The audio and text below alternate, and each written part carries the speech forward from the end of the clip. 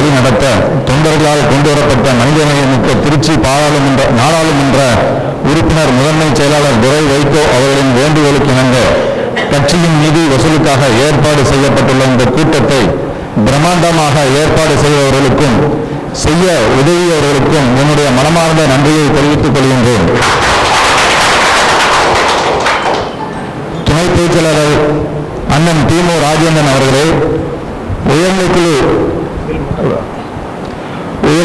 உறுப்பினர் அண்ணன் சித்திப்பாறை ரவிச்சந்திரன் அவர்களே, மாவட்ட கழக நிர்வாகிகளே, மாநில கழக நிர்வாகிகளே, ஒன்றிய நகர நிர்வாகிகளே, கிளைக்கழக நிர்வாகிகளே, அணிகளை சார்ந்த அனைத்து நிர்வாகிகளே, மாமனிதன் வைகோவின் இரத்த நாளங்களாக திகழ்ந்து கொண்டிருக்கும் அதிமுக தொண்டர்களே, அனைவருக்கும் என்னுடைய மாலை வணக்கத்தை தெரிவித்துக் கொள்கின்றேன். மாண்புமிகு துரை வைகோ அவர்கள் முதன்மை செயலாளர் பதவியை ஏற்கும் நேரத்தில் கலிங்கப்பட்டியில் இருந்து சென்னைக்கு 50 வாகனங்களில் அவருடன் அணிவகுத்து அழைத்துச் சென்ற விருதுநகர் மாவட்ட நிர்வாகிகளுக்கும்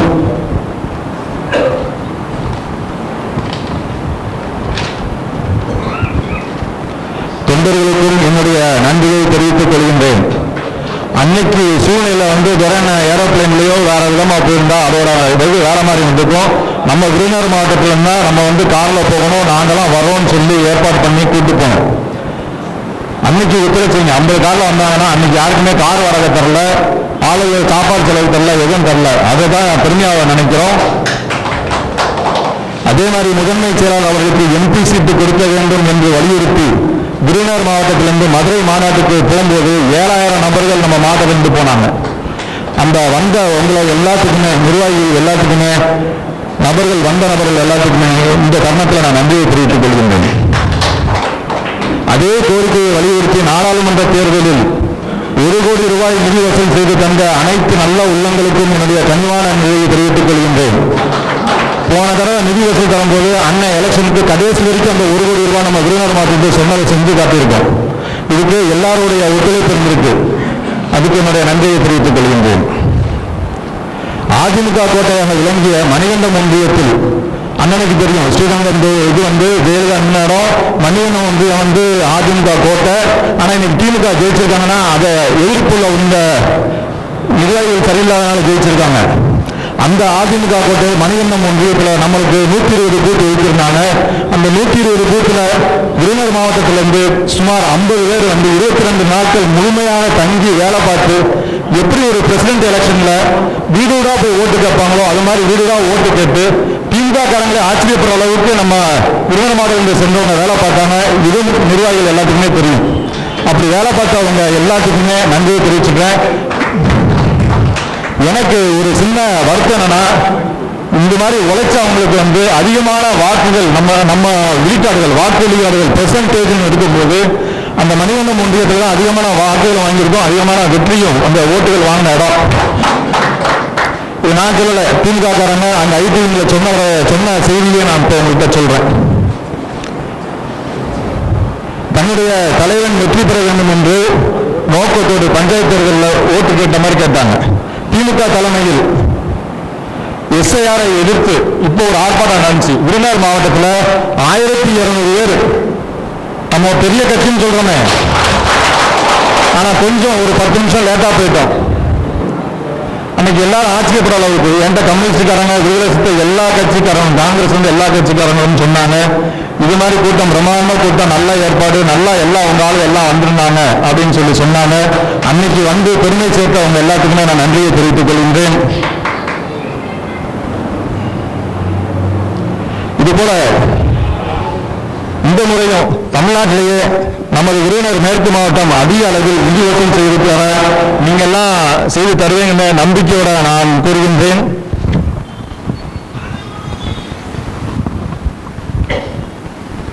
ஏன்னா எனக்கு பேச்சாளர் கிடையாது, எனக்கு பேச தெரியாது, அதனாலதான் நான் பேப்பரை பார்த்து வாசிக்கிறேன். கடவுள் யாருக்கும் நேரில் தெரியவில்லை, கடவுள் யாருக்கும் நேரில் தெரியாது, நேரில் யாருக்கும் உதவி செய்வதில்லை. ஆனால் ஏதாவது ஒரு ரூபத்தில் நமக்கு உதவி செய்வார். நேரா கடவுள் வரமாட்டார், கடவுள் ஏதாவது ஒரு ரூபத்தில் வருவார். எதுக்காக சொல்றேன்னா, என்னுடைய தந்தை ஏடிஆர் ரங்கராஜன் அவர்கள் 87 காங்கிரஸ் கோட்டையாக இருந்த ராஜபாளையத்தில் ஒரு மீட்டிங் போடுறாங்க. மாவட்டத்தில் அந்த அன்னைக்கு இருந்த திமுக மாவட்ட செயலாளர் அன்பழகன் தலைவர் வச்சு மீட்டிங் போடுறாங்க. சுமார் 300 பேருக்கு சாப்பாடு அன்னைக்கு இரவில் போட்டாங்க. தலைவர் மீட்டிங்னா அன்னைக்கு வந்து கிட்டத்தட்ட 10 மணிக்கு மேலே தான் பேசுவாங்க. ஒரு 300 நபர்களுக்கு எங்கள் கடையில் வச்சு சாப்பாடு போடுறாங்க. எங்கள் தாத்தா அவங்க 2 பேரும் சண்டைக்கு வராங்க. நம்ம காங்கிரஸ் குடும்பம் அது எப்படி நீங்கள் திமுக சாப்பாடு போடணும். அன்னையிலேருந்து எங்கள் அப்பா வந்து 87 தலைவருக்காக கட்சிக்காக தலைவர் கூட இருந்துட்டு இருக்காங்க. அது உங்கள் எல்லாத்துக்குமே தெரியும்.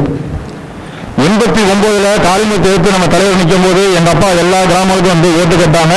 அது மட்டும் இல்லாமல் எல்லா உதவியும் பண்ணாங்க. அன்னைக்கு கொலை வழக்கு எதிர்கட்சியில் வந்த இன்றைய அமைச்சர், அதே மாதிரி அன்னைக்கு வந்து காங்கிரஸ்ல இருந்த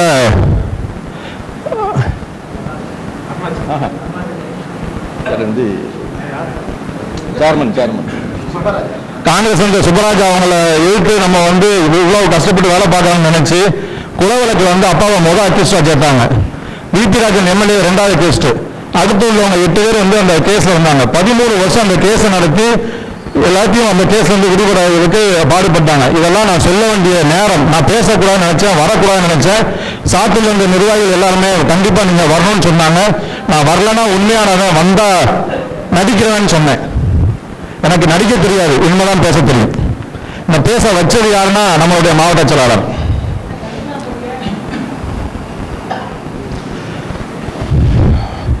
அந்த 89 அந்த கேஸ் முடிஞ்சு. அதே மாதிரி விபி ராஜன் திமுக இருக்கும் பொழுது விபி ராஜன் வந்து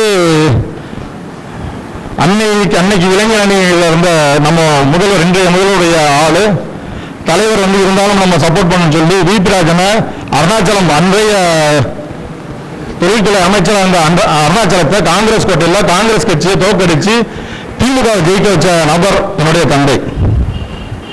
அதுல எவ்வளவு கஷ்டங்கள் எங்களுக்கு இருந்திருக்குங்கிறது உங்களுக்கு தெரியணும். இன்னும் எங்க அப்பா சொந்த வீட்டில் இல்ல. நம்ம கட்சியில யாரும் பணத்தை பற்றி பேச மாட்டாங்க. பணம் இல்லைன்னு யாரையாவது நீங்க தாழ்வா பார்த்துருக்கீங்களா? பணம் இல்லைன்னு யாராவது நீங்க மதிக்காம இருந்திருக்கீங்களா? இந்த மாவட்ட செயலாளர் பேசுறது யாரும் மதிக்காம இருந்திருக்காங்க?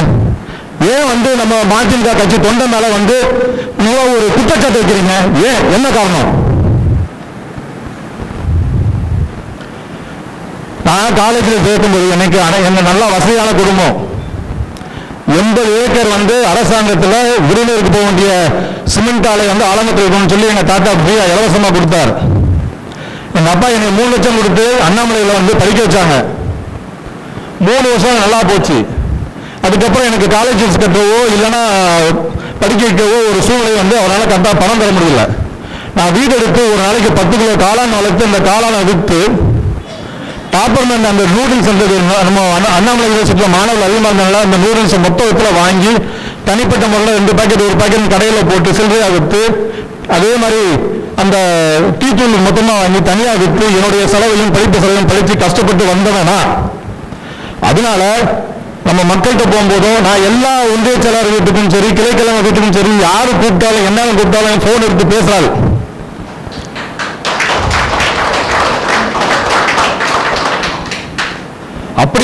அப்படி பேசுறாரு. இது மாதிரி நடந்துச்சு. அப்படி இருக்கும் பொழுது அந்த கஷ்டப்பட்டு நான் கஷ்டப்பட்டதுனால எனக்கு அந்த இது தெரியுங்க.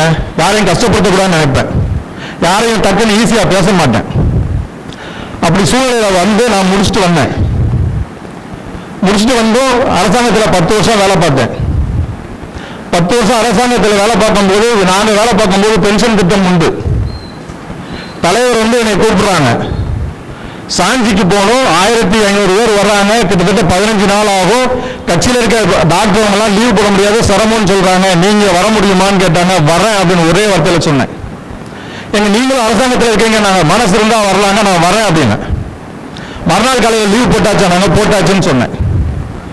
சாஞ்சிக்கு போனோம். சாஞ்சி போனதுல ஒரு போட்டோ என் போட்டோ இருக்காது.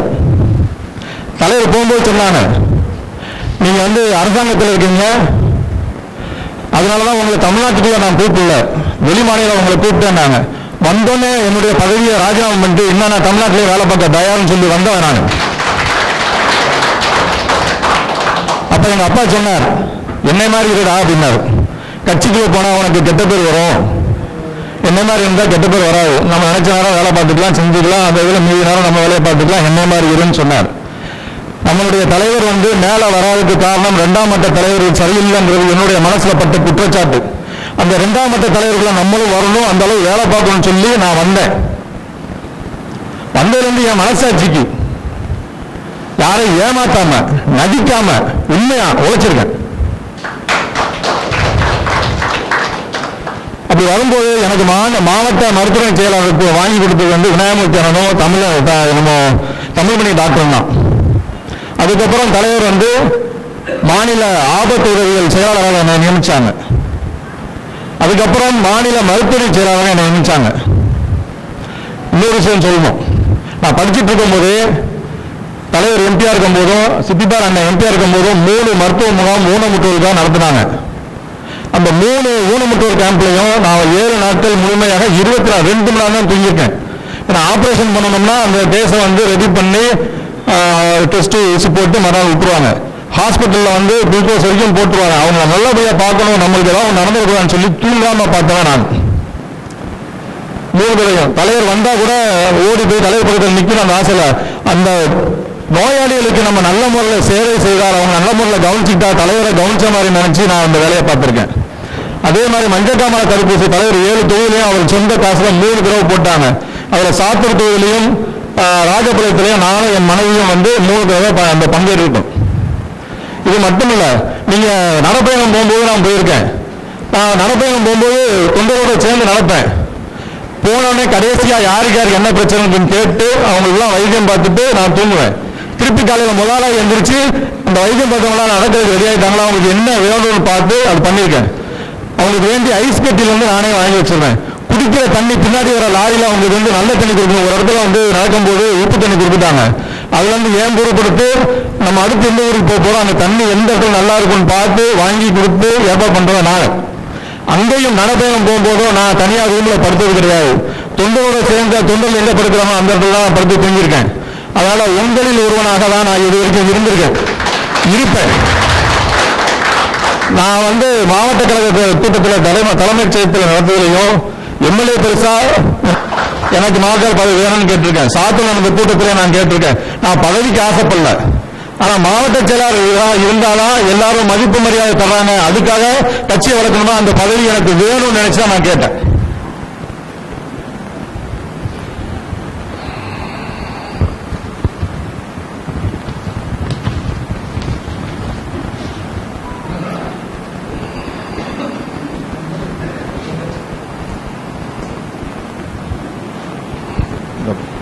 நான் அவங்கள்ட்ட சொன்னேன், தலைவர் என் மேல வச்சிருந்த நம்பிக்கை.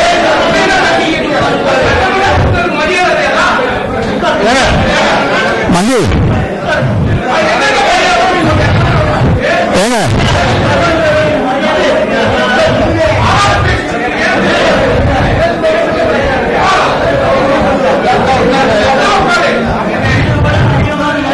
அண்ணே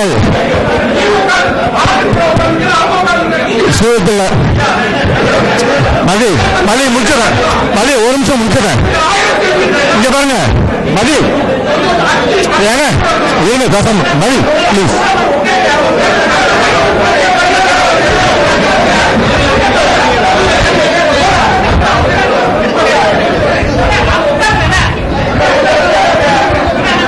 தம்பி உட்காருங்க, கொஞ்சம் எல்லாரும் உட்காருங்க, உட்காருங்க, கட்சி தோழர்கள் உட்காருங்க. ஏங்க நின்றுகிட்டு இருக்கவங்க எல்லாம் உட்காருங்க, முதல்ல உட்காருங்க, நிக்கிறவங்க உட்காருங்க, உட்காருங்க அண்ணே உட்காருங்க எல்லாரும். அந்த வெளியே போற தோழர்கள் உள்ள உட்காருங்க. ஏங்க ஒரு கட்சிக்குள்ள 2 மேட்டர் பேசத்தான் செய்வாங்க. ஆளாளுக்கு இத்தனை பேர் ஏன் எந்திரிச்சிருக்கீங்க? எந்திரிச்சிருக்கவங்க பெரிய ஆளுக்கு அர்த்தமா, ஒரு கோஷ்டின்னு அர்த்தமா? எல்லாரும் உட்காருங்க. வெளியே போய்கிட்டு இருக்கவங்க யாரு? ஐயா உட்காருங்க, உட்காருங்க, நீங்க உட்காருங்க.